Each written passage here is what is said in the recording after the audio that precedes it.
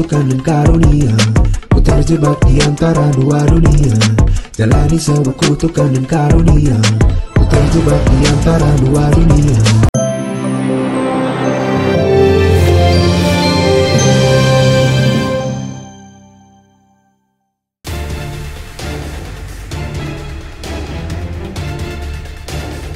Pemirsa, perseteruan Jessica Iskandar dan Vincent Verhaak dengan mantan rekan bisnisnya Christopher Stefanus Budianto alias Steven memasuki babak baru. Kondisi itu terkait dengan status baru yang kini disandang Steven sebagai tersangka.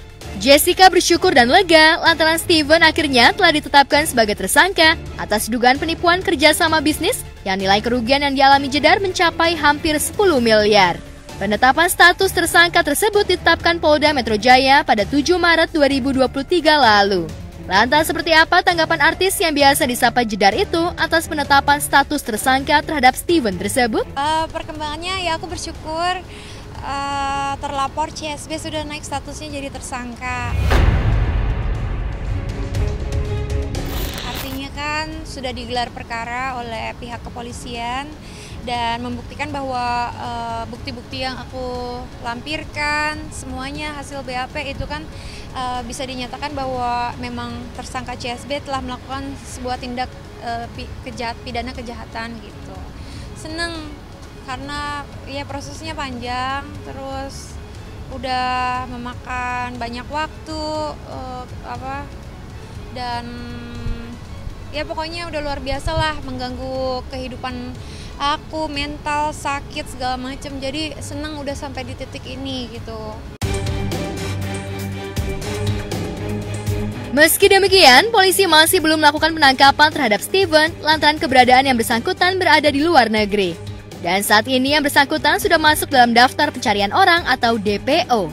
Sebagai informasi, sejak dilaporkan oleh Jedar karena kasus dugaan penipuan bisnis, sekalipun Steven belum pernah menampakkan batang hidungnya di hadapan publik. Bahkan saat panggilan pengadilan dalam kasus pencemaran nama baik yang dirinya sebagai pelapor, kehadirannya selalu diwakilkan oleh kuasa hukumnya. Steven dikabarkan lebih memilih menghindar dengan pergi ke luar negeri. Belum, karena sekarang setelah naik tersangka juga masuk ke DPO daftar pencarian orang. Ya mudah-mudahan ketika segala akses tersangka CSB ditutup, CSB bisa menyerahkan diri atau tertangkap. Tapi kan ya mudah-mudahan juga CSB kan tersangka punya pengacara, ya mudah-mudahan juga pengacaranya bisa membantu proses CSB sebagai tersangka agar bisa datang ke Indonesia melaporkan diri gitu. Karena kan CSB juga kan ada pengacaranya, ya mudah-mudahan pengacaranya bisa bekerja sama ya. Nggak, sekarang make sense-nya gini aja deh, kalau misalnya nggak salah takut nggak? Kalau nggak salah kan nggak usah takut. Tapi kalau misalnya salah, ya pasti kan berusaha untuk ngumpet. Itu aja make sense-nya di situ. CSB nggak pernah datang, Pak? Ya kakaknya tahu nggak dia pernah datang? Nggak pernah sama sekali kan. Jadi ya gimana dong? Aku juga bingung. Yang tahu keberadaan dia pasti hanya pengacaranya. Jadi lewat pengacaranya lah bisa memanggil tersangka CSB supaya bisa datang ke sini.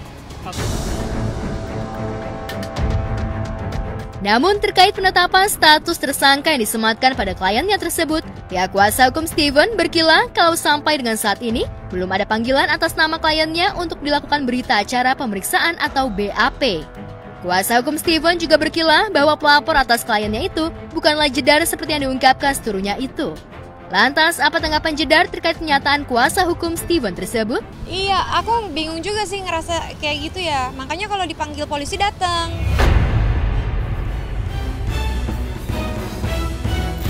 Gak datang gitu.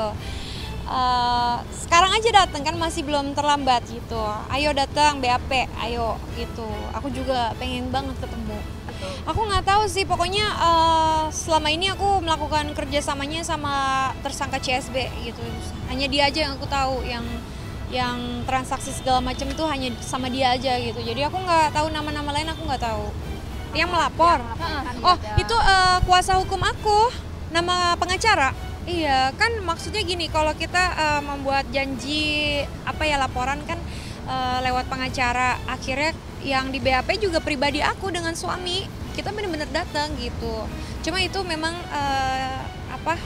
pengacaraku waktu itu.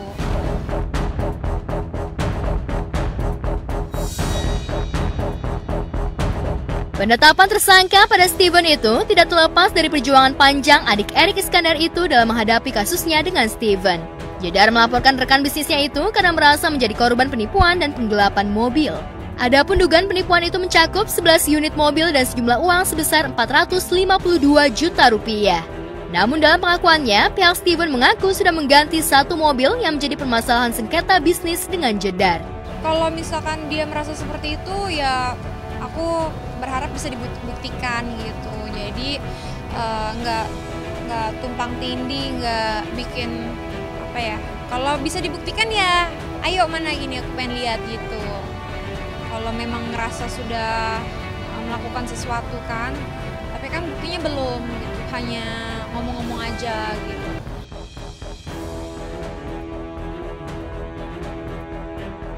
Seperti diketahui, Jedar melaporkan Steven rekan bisnisnya itu 15 Juni 2022 lalu. Namun sepanjang proses kasus hukum tersebut berjalan, Steven selalu mangkir dari panggilan polisi dan pengadilan. Steven justru menuntut balik Jedar dan suaminya Vincent Verhaak atas dugaan pencemaran nama baik. Steven pun minta ganti rugi material 1,5 miliar dan imaterial lebih dari 50 miliar lewat gugatan perdata.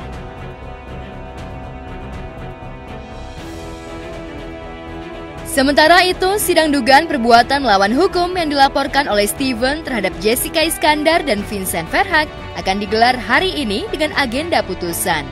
Lantas seperti apa kesiapan dan tanggapan Jedar menghadapi sidang putusan dalam kasus pencemaran nama baik tersebut?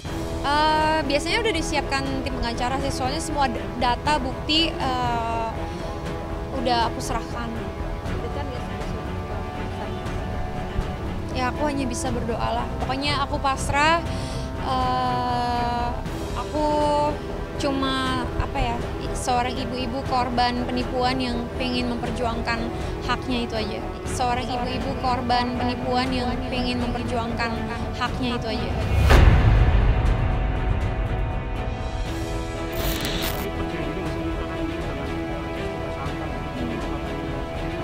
Ya aku mah korban di sini, ngerasa tidak bersalah. Aku di sini ditipu kok. Aku cuma pengen mengembalikan hak-hak aku aja, itu aja gitu. Aku mah nggak ada niat pengen ngelakuin apa-apa di luar itu. Hanya pengen supaya hak-hak aku tuh bisa dikembalikan gitu. Karena itu jerih payah aku, keringat aku, kerja dari pagi sampai pagi lagi gitu.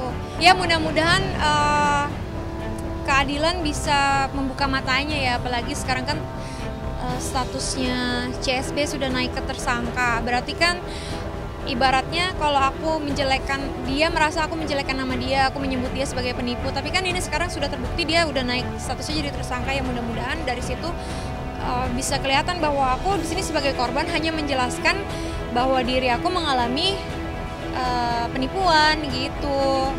Itu aja sih sebenarnya. Aku belum bicarain itu sih sama tim pengacara dan suami.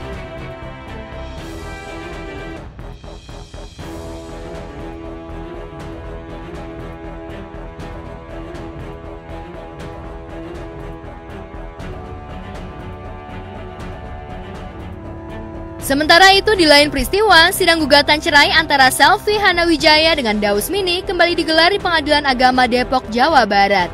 Agenda sidang yang digelar Selasa kemarin itu beragendakan pembacaan isi gugatan, di mana salah satu isi gugatan yang dituangkan Selvi adalah masalah nafkah. Karena hingga pasca proses cerai berlangsung hingga saat ini, Daus tidak memberikan uang nafkah kepada Selvi. Lantas, apa tanggapan pihak Daus Mini terkait gugatan yang disampaikan pihak Selvi? Ya, terkait dengan agenda tadi memang adalah keputusan hasil mediasi dan itu gagal. Kemudian dilanjutkan dengan nasihat daripada majelis hakim tadi untuk pikir-pikir, tetapi pihak penggugat tetap sesuai dengan gugatannya. Udah nggak ada kecocokan, emang udah beda banyak komitmen aja, banyak yang harus nggak bisa dipertahanin juga. Hari ini mungkin sidang gugatan ya, nanti apapun gugatannya nanti kita tuangkan dan didengarkan nanti dari pihak lawan Salah satunya memang alasannya Kak Selvi ini memang pertama memang tidak ada kecocokan, sudah tidak bisa dipaksakan karena memang kemarin juga dari kita selaku kuasa hukum ya Bang ya, kita udah mengusahakan gimana caranya Kak Selvi ini memperbaiki hubungan karena kan pihak ketiganya kan orang tua nih.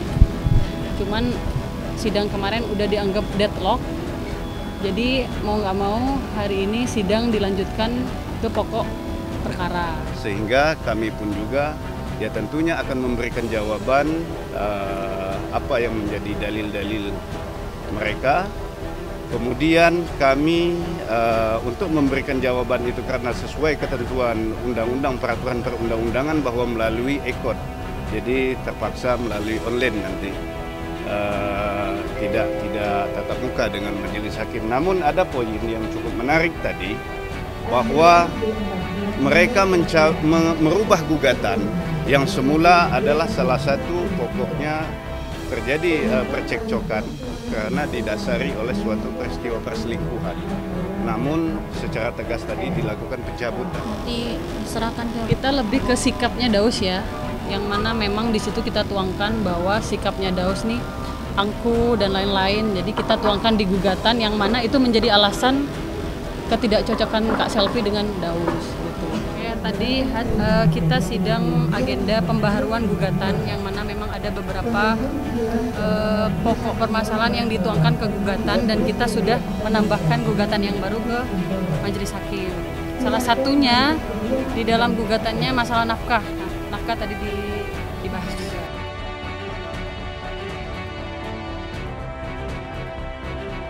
Selain soal nafkah, hal lain yang menjadi materi gugatan Selvi yakni attitude Daus yang dinilai tidak baik terhadap orang tua Selvi. Sementara itu, terkait harta gono gini, Selvi sendiri tidak mempermasalahkan harta yang dapat selama ia menikah dengan Daus Mini.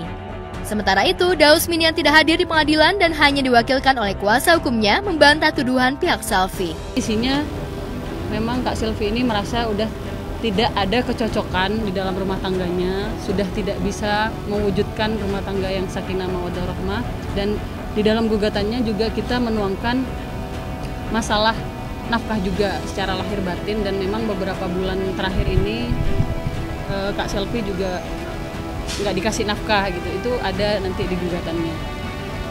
kita nggak nuntut apapun, gunung ini ya memang sepakat untuk berpisah aja. Tapi tetap tahu saya dia hadir apa enggak karena memang nggak ada konfirmasi juga.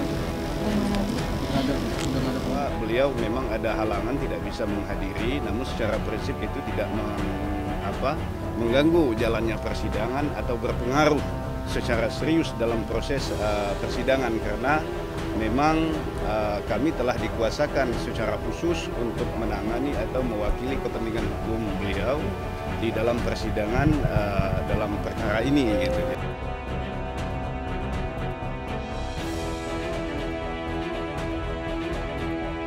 Selain harta gono gini dan sikap Daus Mini yang menjadi pokok perkara dalam gugatan Selvi, hal lain yang diperjuangkan Selvi yakni hak asuh anak dan kemudahan akses bertemu dengan anak. Seperti diketahui, anak Daus dan Selvi yang merupakan anak adopsi itu saat ini berada dalam asuhan Daus Mini selaku ayahnya. Kan kemarin itu kepastiannya kalau mau ada persidangan dia mau mempertemukan. Intinya ya harapan Kak Selvi ini bertemu sama Al, karena gimana pun Kak Selvi ini kan udah tinggal sama anaknya udah dari kecil. Dan anak itu dititipkan ke pasangan Kak Selvi sama Daus, bukan hanya Daus aja. Jadi saya pikir Kak Selvi juga punya hak atas anak itu.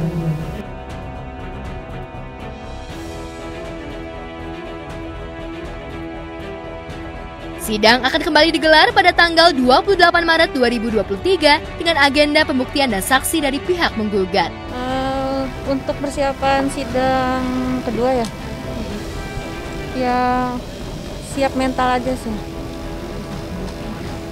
Doain aja yang terbaik biar lancar persidangannya.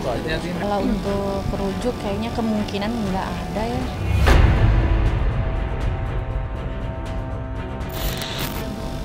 Udah berat untuk berpisah.